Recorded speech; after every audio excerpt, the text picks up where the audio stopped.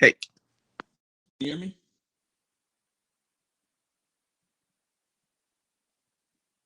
can you hear me?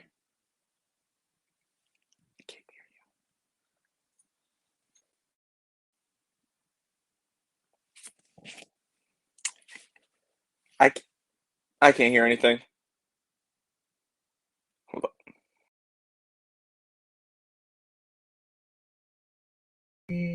Bro, it was me. It was me. That's crazy. Hold on. Boom. Yo, can you hear me now? Patrick, come back. You should be able to hear me. It's definitely me. Y'all gotta excuse me. We haven't used this in about a month. Yeah, it was me.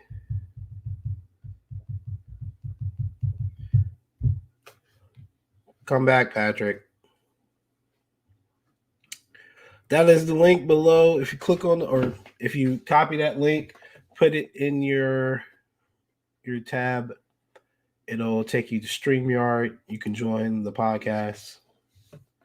We're talking about college football, specifically, specifically, specifically the conference championships, and we've got good old Ian Harrison in there.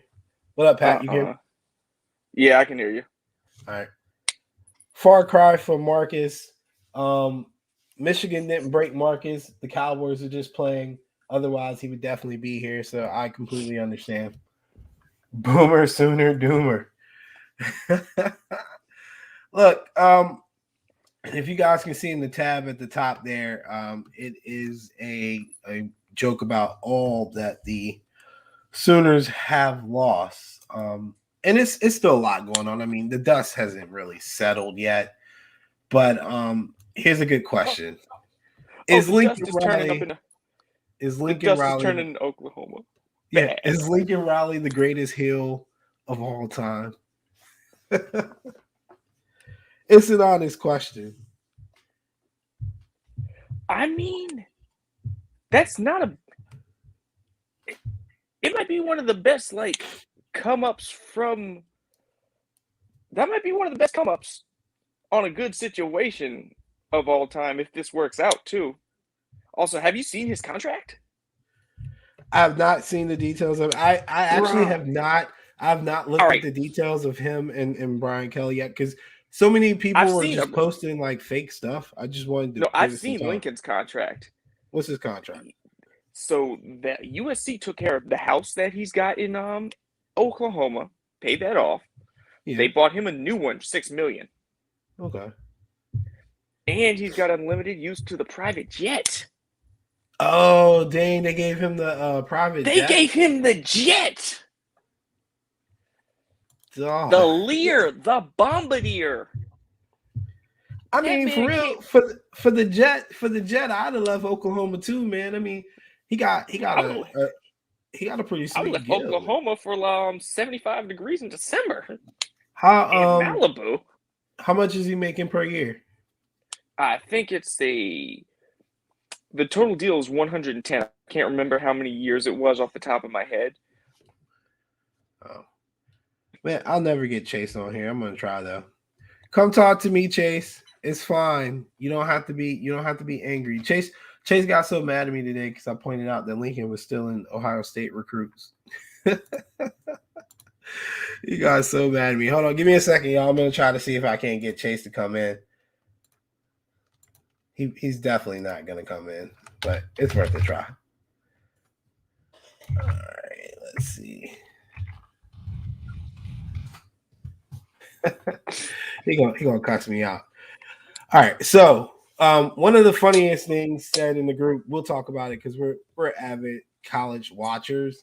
Um, my man Leaf said that he was basically talking about the quality of life, the difference There's no between quality LA of life in Oklahoma. and Norman, Oklahoma. Look, man, I said this. I said this a couple years ago, I think, where I was talking about like there was going to eventually there was going to be a shift. This was before NIL anyway, but there was definitely going to be a shift in what we consider to be a blue blood for the simple fact that kids were seeing teams that we considered to be blue bloods growing up take a lot of losses. And it was going to be something like a rebranding where teams that typically were thought to not be blue bloods were eventually going to be getting people back or getting to a point where they were going to be adding more top players. And Well, we've already so, you're saying, we've already seen that shift. yeah, And it hurts. We got to throw Jay's team in there, but Nebraska, with you kind of see like the population shift and everything, and with pretty much like more jobs and more people coming back to the South after like the 80s, couldn't get as many people as they used to. These small yeah. schools, like these And, little Lafayette's, ULL Lafayette's, these Texas schools, all them smaller schools, they're getting the talent that Nebraska wants. yeah, and so what I'm thinking is, it was obviously a huge win for Michigan, and I think the future of Michigan's program to overcome Ohio State. But look at it in the reverse. Oklahoma is literally decimated right now. Like they're probably set back at least 3 to 4 seasons at minimum. Question. Yeah. Do you think it could be even more going to the SEC, because going to the SEC equals losing an extra game a year now? Honestly, it all depends on who they get as a coach, but I don't even know who you could get as a coach right now that would instill confidence in pundits, fans, anybody. Like Bob Stoops isn't going to get it done. He's not even fully committed to the program long term. He's No, old. that man's And so, yeah, that man's too much of living that AARP retirement life, man. yeah. He playing golf And and fishing every day. yeah, and so that ain't gonna work. So I don't know what they can do. There's not a name I can think of except for somebody like an Urban Meyer that would make people confident in getting, or Matt Rule, but even then people probably would be skeptical. But he's a program builder. I mean, I'm sorry. He had Temple winning. He took Baylor from the bottom, but Is he he's coming not. back from the NFL though? He probably Because will. Honestly, I don't think he's happy there. I mean, he's kind of stuck with Sam Darnold, and then whoever they draft next year is going to be just as bad. So I don't know. I think so. But aside from all the craziness, Bronco Mendenhall also resigned today. But aside from all the craziness, we do have football, starting with Conference USA, Western Kentucky versus UTSA Roadrunners. The Roadrunners are getting 3.5. The over-unders at 72.5. The last time these teams played, I think UTSA won. Western Kentucky's definitely got revenge on the mind. I love the air raid that Western Kentucky has going on. It's been exciting brand of football. What do you think about this game? I would hope that personally, I would like to see UTSA bounce back. I know they had lost last weekend and messed up their streak, because they were working on a perfect season almost, weren't they? Yeah, they were close to a perfect season, but yeah, they were 11-0 coming in that. The last 3 games has been kind of a struggle where they've had to keep coming back. Yeah, I guess toward the end of the season, guys, injuries, just ran out of gas. A lot of these smaller programs, they don't have the depth that these power conferences do, that they have the same talent at every level. But I'd like to see them pull out a win, and I think they can. I think that last week's loss was a wake-up call for them. And I think they can, finish strong and win the conference. Looking at the head-to-head, it was a wild game, 52-46. I think that was the same week as the Red River shootout, because I kept comparing the two. But 52-46 was the final. UTSA were 3.5 point dogs in that game, and they won. And it was a road game, so it was a home game for UTSA, road game for Western Kentucky. I'm assuming neutral site, all things equal. Wait, do Conference USA does neutral site, or are they home? I thought I they did want to home. say they do. I want to say they do neutral site.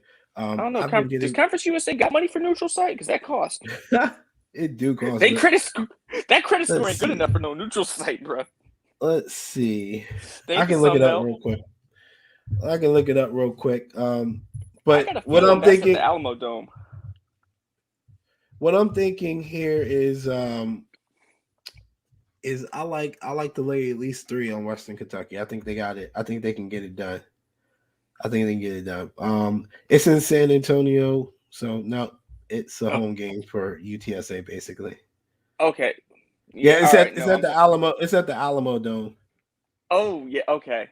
Oh, they do that thing where highest seed gets to host it. Okay. I Yeah. knew they did something like that. All right. Well, I'm still not I'ma afraid of it. It's gonna be close, but I'm gonna take it's probably gonna be a 7-point game, but I'm gonna take UTSA in the 3. I'm gonna lay the 3. Over under 72.5. It's a lot, but they're familiar. I expect people to take some chances. Western Kentucky also runs an up-tempo offense. It's no shock there. Helton ain't playing no games. Trailer's not playing no games. Oh, let's get Chase in here. What up, Chase? Let me see if I had it like this. There we go. Hey, Chase. What do you think about the Conference USA game? Western Kentucky laying 3.5 on the road against UTSA. You got okay.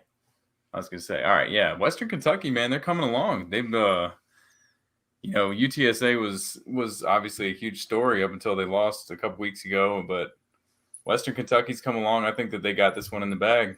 Yeah, I do too, man. I'm really excited for the game. It's a Friday night too, which probably makes it a little bit more interesting because it'll be the only football game on pretty much at that time. And the over-under is super high at 72.5, but the last time they played, it was over, it was like 52-46, I think is what I saw. So it was 98 points. The Hilltoppers are a fun team to watch, man. I mean, honestly, both of them are like, this game won't get enough love, but I'm excited about it. Yeah.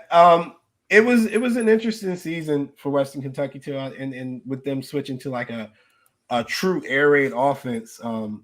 Every time I think of Western Kentucky, I think of Mike White. He would have been great in that offense, but he just came a little too late. Wait, which Mike White? Mike White for the Jets. But before we started, I had this question. I get flashbacks when you say Mike White. I'm sorry. Is Lincoln Riley the greatest heel turn of all time for a coach?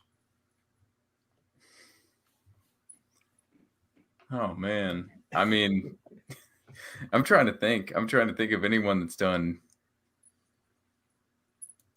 I couldn't think of one. Well, I think what's different than ever before is, one, he's leaving a big program, but two, took everything, man. Everything. I mean, just left it scorched earth. Took the current roster, took the current coaches, and took a bunch of the recruits. And I was listening to, I haven't validated this, but one of the podcasts I was listening to was saying that like after Clay Helton got fired is when you saw him really just like give up on recruiting any of the other areas except for California and really drive that. And I mean, clearly he had pulled a bunch of those Cali kids to commit to Oklahoma, but really this has been like potentially something that kind of like the recruits might have known, or at least some people knew. And he'd just been like slow playing this in the background for a couple of months and then just let it rip. Yeah, honestly, and I'm all about some good conspiracy theories and some drama, but the way it played out, there's no conspiracy. Like they fired USC, they had a plan when they fired Clay Helton that early in the season. Mm-hmm. There's no doubt about it, and I don't know if he was their top plan, but I mean, he sure seems to be. And the way that how quickly everything's moved, like him talking about, oh, I just found out about it the other night. I mean, give me a break. Yeah. Also, the move about, I'm not going to LSU. I'm going to the other coast, buddy. My bad. Y'all didn't ask that follow-up question. Y'all messed up. That's right, man. They didn't ask the right question. hey, you didn't ask where my airline ticket landed me. You just said, I just told you where it won't going. My bad. Look, Dalton, they gave this man access to the jet, bro. And they paid for his house. And they got him another house. Like, yeah, right? People talking about taxes. He good, bro. He don't need taxes. Come on, man. He's like, bro, the house is like the biggest expense. He ain't gotta pay that, man. That man got for extra Ferrari money now. So given the news of Lincoln Riley and what he's done in a short time, obviously making waves out there, this Pac-12 championship game has to be huge for Oregon, in my opinion, just to kind of show, like, look, we're not going nowhere. We're still the team that people should pay attention to in the Pac-12, because they've got a couple recruits that are entertaining USC now that were originally not even paying any attention to them. Oregon has to win this for some pride. Like, they got humiliated. They got beat down. What was the Coach 30 video he said? What, you just gonna let another man take advantage of you like that, like your father does in prison? Coach 30, he's hilarious. Chase, what do you think? What do you think about this Pac-12 matchup, the rematch between Oregon and Utah? I think Oregon wins. I think that ultimately they're the better team. I think, I mean, similar to my team, it was like an ambush. It's what they walked into, and there is a lot of importance on it. There's a lot of importance for this season. There's a lot of importance for obviously now ongoing. And I actually talked to a guy I know that's a longtime season ticket holder for the Ducks, and I mean, he was stressing the importance of this game this week, and so. I think like they know it, and I truthfully think that they're the better team, and I do think that they're going to win this game.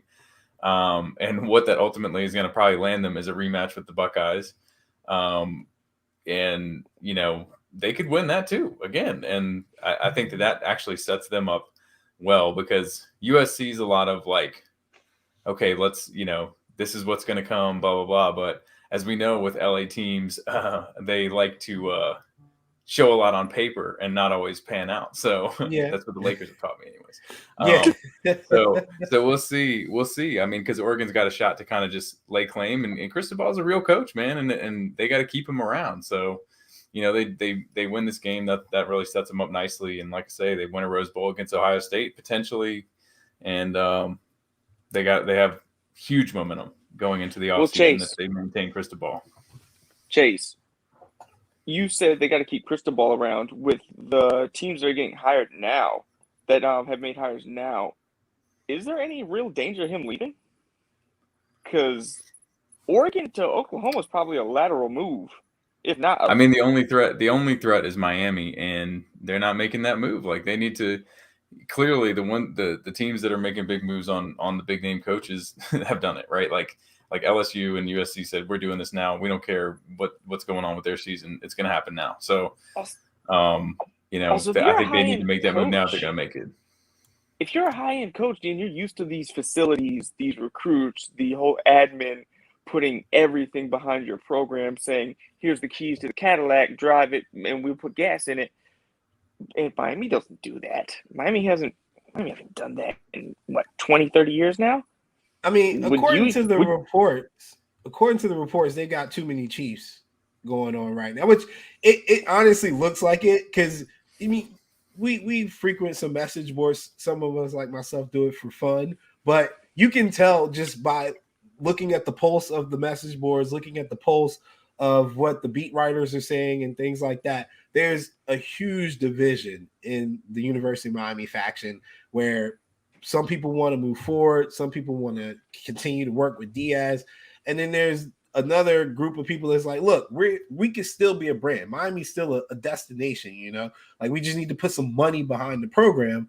But I don't know what the holdup is. Who is kind of putting their foot down, wanting to do it the right way, when Miami honestly should be East Coast LSU. Like, it shouldn't be without it. Like, there should never be a question about their integrity, because it shouldn't matter, because it's fucking Miami, Speaking of that, did LSU kind of take the torch from Miami in a lot of ways, of being like the fun program that's just, they always kind of dirty and crooked, and they are, but they're so much fun? I don't know. I mean, and then yeah, I can give you that. Going back to just the topic at hand a little bit closer to that, anyways. The Pac-12, the Pac-12 has now gotten better, and the ACC hasn't. And so I think like looking forward, the ACC is going to be bogged down without any money still for I think it's till 2036 or something ridiculous. Yeah.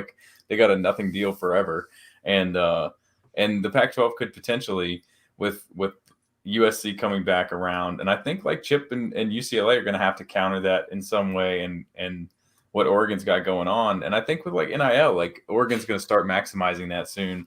So if the Pac-12 can resurge a little bit, then there's going to be more money there. There's going to be a better opportunity for NIL, for facilities, for all the rest that goes into this whole thing.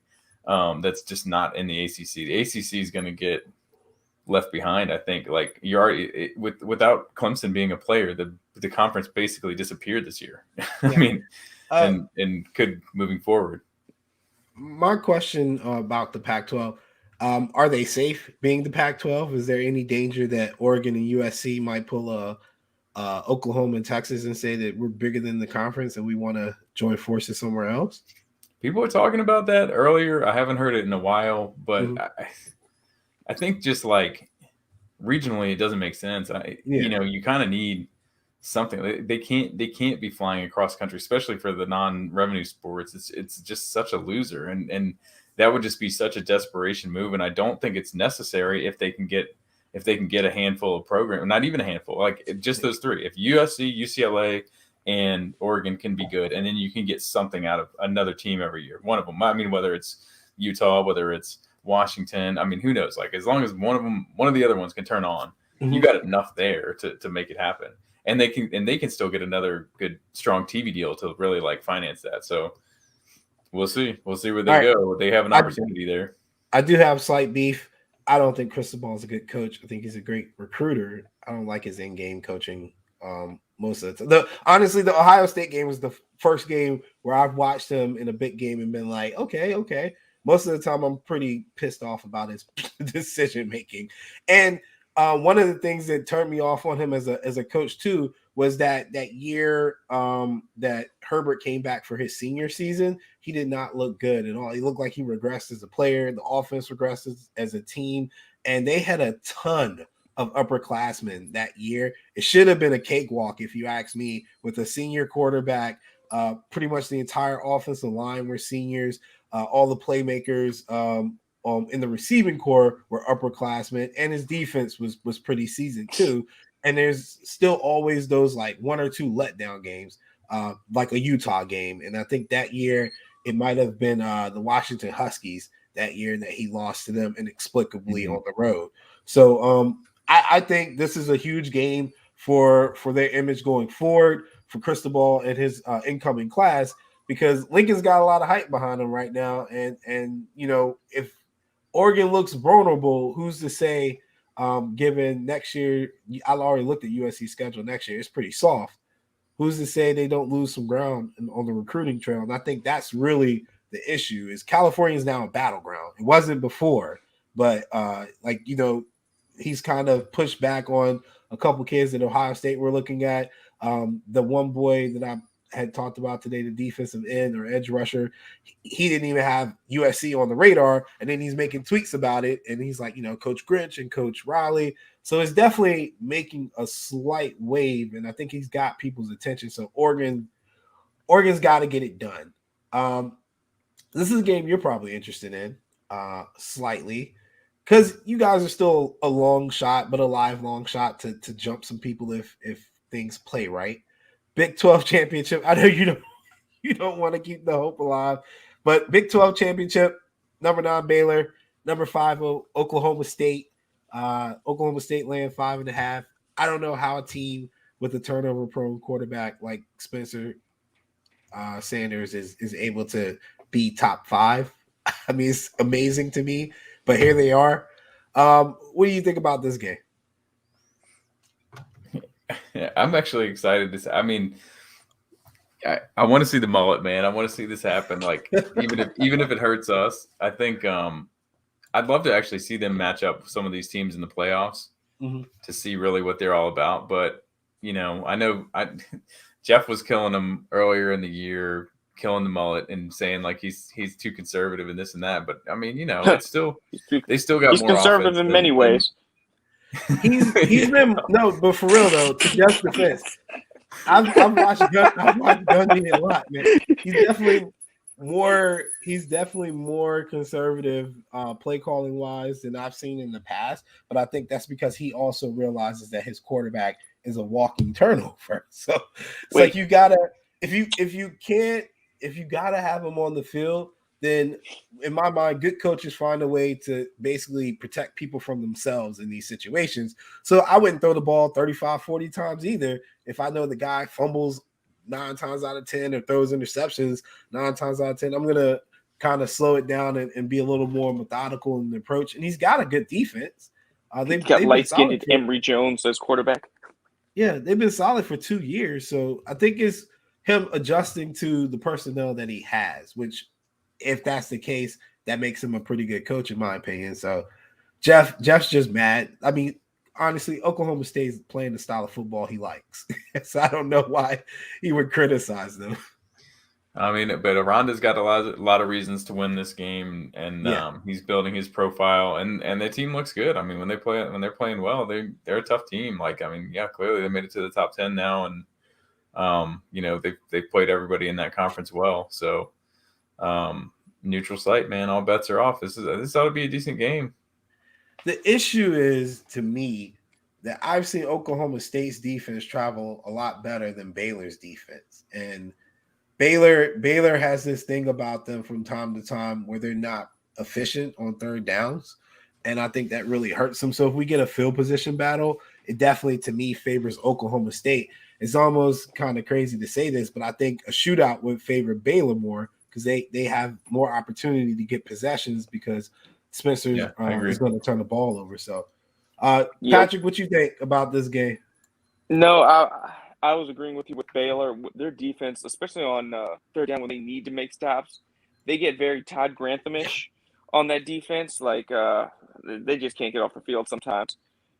And I do like what Oklahoma State did, especially last week against Oklahoma. They were able to come up with some big stops, and they were able to get some good tackles for a loss, like critically, like when they really needed to, dig themselves out. Mm-hmm. They were able to make plays defensively, and I think they'll be able to do that against Baylor. Oklahoma State might win a close one, but it's a season that the Baylor Bears should be proud of. Let's be honest. Yeah, and I'm with Chase. If they win and at least one of the top 3 teams loses, then I feel like Oklahoma State should be in, or one of the second, third, or fourth teams lose, not the number 1 team, but I feel like they should definitely get in. My game of the week, which everybody knows about my love from action. We got a black coach in here too, baby. Let's go, Northern Illinois. My man turned this program around. Last year, they didn't win a game. They were awful last year. He took them from basically last place to conference champions, and it's not getting enough attention. Damn it, he's the fat version of Dino. I don't care what you say, Chase. I'm all in on this one. I got it wrong the first time, but this one's different. Kent State versus Northern Illinois. A guy that people don't know about, but Kent State's quarterback Crum was one of the quarterbacks highlighted as a sleeper long shot to make a splash in the NFL. I don't see it. He is a great athlete. There will be points in this game. What do you think? Truthfully, I have not been up on my Maction appropriately, so that's fine. But Sunbelt kind of took it over. When this happens, I just fade you. So that means I'm going to go Kent State. You tripping? I'm legit on my Maction, man. Bump that. 74.5 is a lot, but I can see it, man, because Kent State offense, even if they start slow, they just when they score, they score. And the same for Northern Illinois, man. Like I remember one game I was watching, it was 0-0 in the first quarter, and then I think it ended like 7-10. But then they turned around and scored 28 apiece in the third quarter, and the over still hit. So that's how Maction goes. In a complete opposite direction is the Mountain West. Utah State versus number 19 San Diego State. San Diego State is laying 6. I used to be a huge San Diego State fan. They are very, very boring. But as they should be with Brady Hoke. but they are a solid team. Not impressed with what I've seen with Utah State in football this year. So I think this is a generous line, and I think San Diego State covers this with ease. Yeah, I've been I haven't tracked the Mountain West too hard, but I have been keeping tabs on the fact that Hoke has San Diego State rolling all year, and Utah State's been up and down, and I would expect, as someone like me that got to watch Brady Hoke beat both my teams back to back one year, that he knows how to win big games and can get this done, and he's really got them back to kind of where he had it before, even better. Yeah. So he's a good coach, and better than the coach that other team currently has, probably. So not even gonna do that. I wonder if Akeem picked up on that. Sunbelt, Appalachian State taking on number 24, Louisiana Lafayette.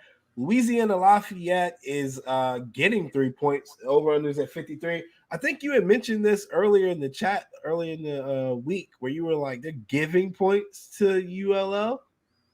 I don't know where is this one? Where do they play it? I can double check real quick. I didn't check the location, but I can do that real quick. App State's never an easy out, and I don't think the Cajuns have been what they should have been. And they lost their coach. They did. I mean, I don't know what's going to go on there. I think that's probably, I think I'd take I think I'm taking App State on that. Host Stadium looks like it's at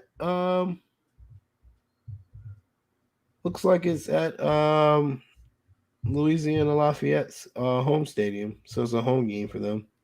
Oh, really? Like. Yep. So it looks like. So,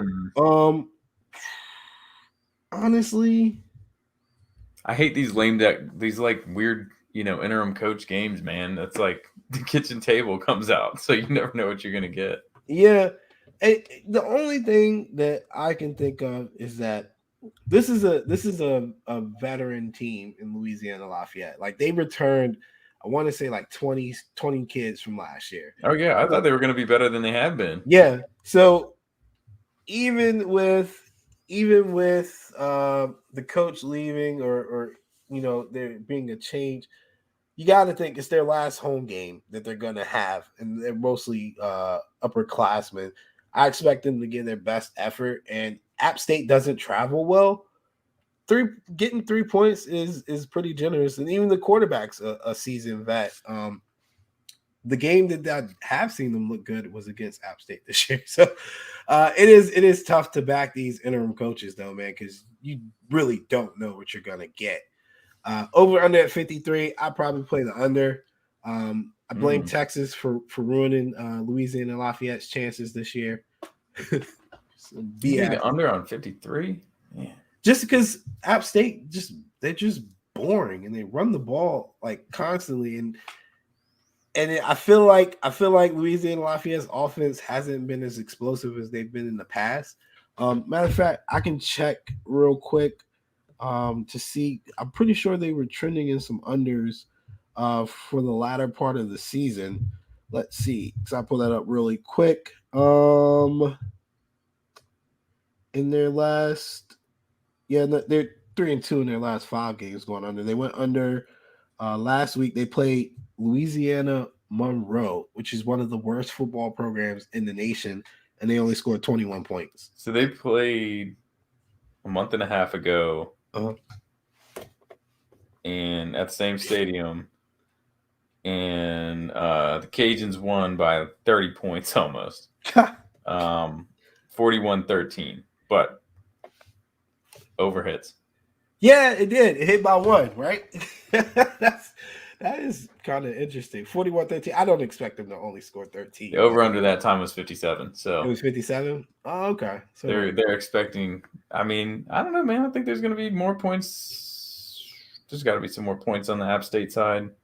There's got to be 13 shouldn't I highly doubt 13. They've got Clemson's old backup quarterback, Brees, I think was his name. Yeah. Here's a game that I'm interested in, and I know you are a supporter of all Ohio sports. Cincinnati, uh, American Conference. You know what's funny about this? It took forever, but they finally gave Houston a ranking when they just honestly couldn't figure out a way to keep Cincinnati out of the top 4. They were like, what the hell? But number 21, Houston versus number 4, Cincinnati. 10.5 spread over under at 53. I think that's kind of light. I'm not a Dana fan, so I will, for the sake of being a hater, give all I can to Cincinnati. I can't stand Dana. he kills me. Plus, he's covered for me 3 times this year. That is a fucking miracle. I usually rant about him tricking up games all the time with unnecessary risk. No, I think Fickle's on a mission. That team is really good. Cincinnati's a legitimately solid team. I mean, in kind of a down year across the board, they're not. And I'm curious to see how they play. Ultimately in the playoff, I think they're going to get there. I think they're going to get through this one. I can see why there's a double-digit spread. And if Fickle really didn't get that Notre Dame job, then I mean, he's going to have to coach like a man possessed because he's going to have to take this thing with momentum, into the Big 12 and all that. In this case here, how much does Cincinnati have to win by to convince you that they stay in the top 4 if you're on the committee? I mean, they're in it. So, I mean, they're in it. But like to dump them, even if it's close, like you said, they gave Houston a ranking, and they already put Cincy in it. So to dump them out, I mean, so you're talking about Okie State jumping them then, right? At that point, essentially, yeah. Because Notre Dame's done, and Alabama and Georgia are playing each other. Yeah. And so, I mean, yeah, I don't see why you would keep them out at this point. And I don't think like who's going to have a problem with that at this point either. Like especially if they cover. I don't know, man. Let's leave it there. They cover. Yeah. They it's a double-digit win. They cover. They're in my opinion. They should be. I don't trust this committee or their SEC bias, but here we are. SEC number 1 Georgia versus number 3 Alabama. I was trying to think of the last time Bama was at least a touchdown dog. I can't remember the LSU line, but I'm pretty sure they were a dog in that game. I don't know if it was a touchdown though. Over unders at 49.5. This is the most advantageous matchup Georgia's probably going to have against Alabama for a long time. And it's probably the most advantageous I've seen them have on paper in a long time in this matchup.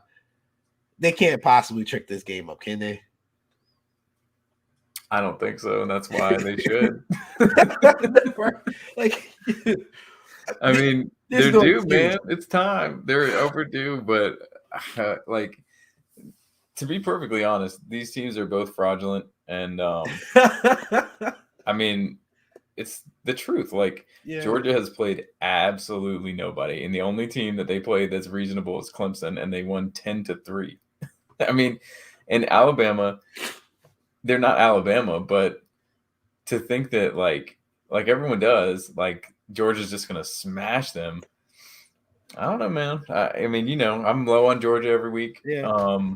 This is definitely not the Alabama team that you want to face this Georgia team, but it's not like it's impossible either. The reason the Auburn got the way that it did is because Jamison Williams got ejected early. But, assuming that he's on the field for all 4 quarters, then that offense has a little bit of something. And I can guarantee you that Jamison Williams can light that secondary up if Bryce Young is a truly – he's not elite. Yeah. Yet, if he's truly an above average quarterback, then there is an opportunity there, I believe, against that Georgia secondary with Jamison Williams. And so you got it because we're talking about a first round receiver. So use him and use Mechie. Like there's talent on that offense that can score against Georgia. So we know Saban's not going to be afraid, and there's going to be a game plan there.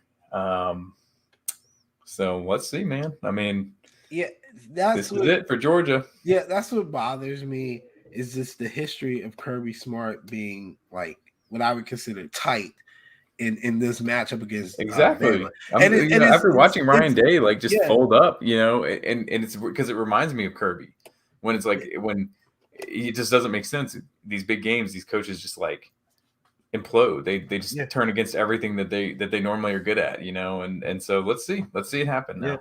They have to score points. They will not be beating this team 10-3. So they've got to be efficient and finish drives. And that's the only thing that bothers me. The games I've seen Bryce Young play, he seems to protect the ball pretty well. If he doesn't turn the ball over, they for sure have a chance of covering the number, I think. But like I'm with you. I would be shocked if they just come in and blow Bama out. I feel like coaching happen, man. Yeah, I'm like I was shocked when Coach O and them blew Bama out, but I mean he had some real talent, and it was a totally different system offensively and just in general. Even their approach to the game was way more aggressive than what we typically see out of Georgia. So this is Georgia's moment. Let's see how they play. If they come out tight, if they lose, man, it would be devastating, I think. So they gotta win, which is odd to say that the pressure is all on Georgia right now, because typically the pressure is on Bama, but it has been a role reversal. ACC, we'll have to spend a lot of time on it, but it probably will be entertaining. Wake Forest and Pitt. If I could go back and look at our ACC preview, I don't think any of us imagine both of these teams in this position. Maybe a long shot at Pitt, but not a long shot at Pitt having as much offense as they've had this year. That's wild to me. What do you think about this game? Over-unders at 71.5. To hell with it. Let me get the over. What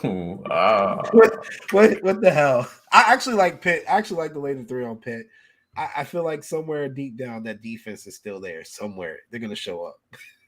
Is it in Charlotte? I think they always do the ACC championship in Charlotte. Man, that's like a borderline home game then for Wake. Yeah. Not that they have fans. Yeah, they don't really. Yeah, man. I mean, Pitt's got more defense than Wake does. And they both kind of have offense. I don't know, man. It's gonna be gross. It's gonna be tough. Pittsburgh's laying 3, man. I don't know, man. I think Wake can win it. I have concerns with the toughness of Wake. I feel like Pitt's the more physical team, even if they are essentially the same as far as their offense is run. I think they're more physical. I think they can get to Wake with that physicality. That's just me personally.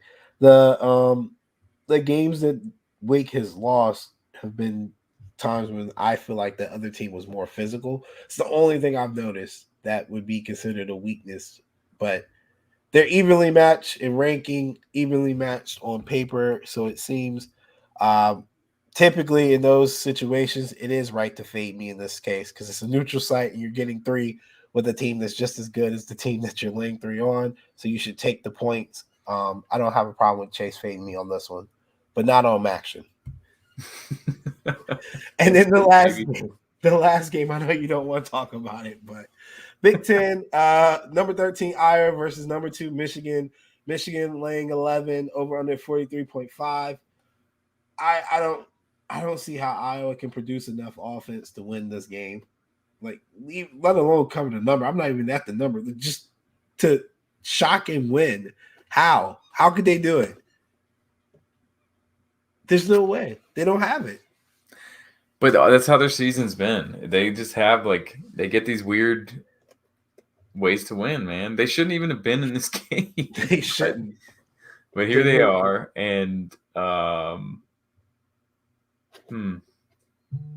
gosh, I think Michigan's so overrated. So probably not the person to talk to about this because I don't complimenting them because I think that they got so lucky and the stars aligned in every possible way last weekend.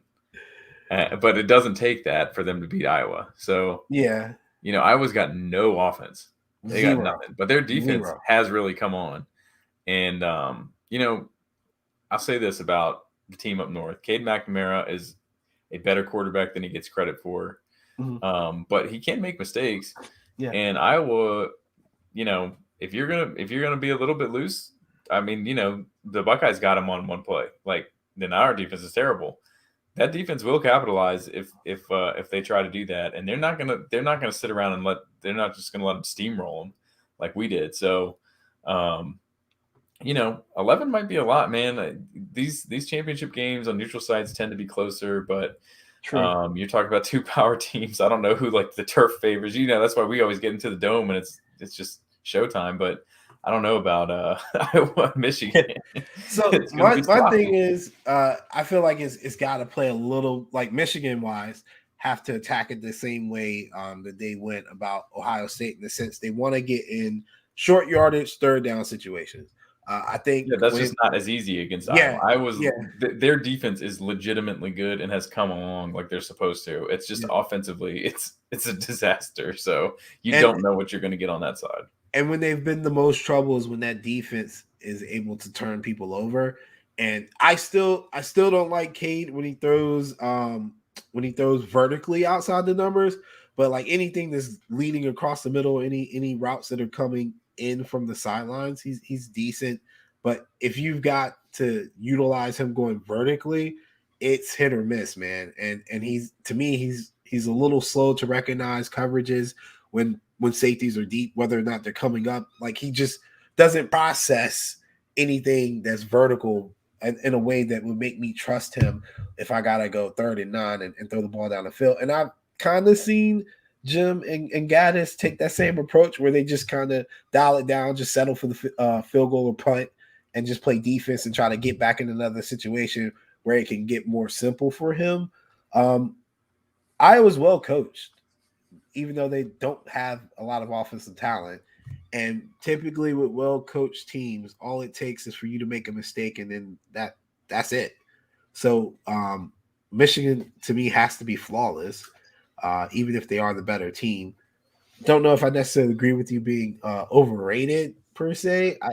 Every time I've asked, but number two, they should have lost to like Penn State. I mean, but every time I've asked more out of them this year, they have stepped up to the plate and exceeded my expectations personally. So I'm like, all right, I got to give them credit. I mean, I don't have a problem with that. I know it's personal for you. It's kind of personal for me. I hate Jim Harbaugh. I don't want to give him credit, but it's like, hey, look, Hey man, you're gonna get big game Jim here. So, but no, going back to what you said though, I don't necessarily agree. I think Cade McNamara, I want to say he has one of the better, if not, he might even have, I think maybe behind Stroud, the best in the conference on his deep ball. Is that saying a lot in y'all's conference though? And they just have no receivers. That's his issue. They have no receivers, but they're like that freshman's coming on. So I don't know, man. Yes, Michigan should win. Using him would be huge. It's Jim. It's big game, and Ferentz is the better coach. So let's see what happens.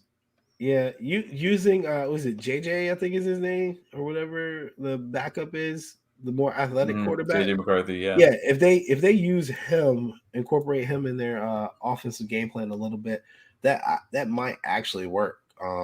To their favor too, because it is a tempo change when he gets in the game most of the time, and I think that might be enough to throw a little balance off on Iowa. But yeah, I'm more interested in this game than I thought I would be when I was looking at it, like figuring out how it plays out. I'm an Iowa fan. Well, obviously, 11 is a lot, man, and this is Jim Harbaugh. I don't know if I've ever trusted. I didn't trust Jim Harbaugh this much when he was at Stanford, when he was with the Niners, and we were at our peak. I don't think I've ever taken Jim over a touchdown, and I can't really do it right now either. Neutral site, like you said, I'm gonna take my points with Iowa and hope for an ugly game, which it should be a rock fight, as Jamal likes to say a lot of times. With that being said, fuck you, Akeem. This ain't a family show. I hate Jim. I hate you too.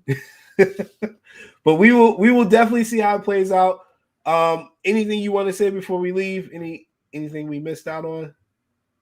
I don't know what I missed before I came on, but I'm sure you touched on all the coaching moves and all that stuff. Yeah. I don't know. Where are we landing with OU's next coach? I mean, it seems like we've had a lot of lies on that. Sheesh, man. That's gonna be... I have no idea. It was 100% rule yesterday, right? Yeah. The urban rumors haven't started, but Bronco's now in the mix because he wanted to leave. The hell if I know, man.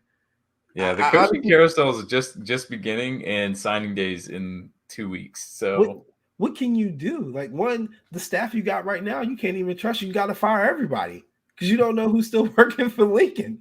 And and then it's like Stoops is interim. He like what is his role though? If you bring in a new coach, like how does that transition happen? And how's he recruiting based on what he envisions? And then it's almost like you got a GM running the team right now because he's not really going to be the coach. So I don't know what the hell's going on. I just want to know what the pitch is. He's pitching Norman. I mean, he's pitching Oklahoma, and they're going into a new conference that they have nothing that they're favored for. So, anyways, yeah, he took a recruit to Chili's.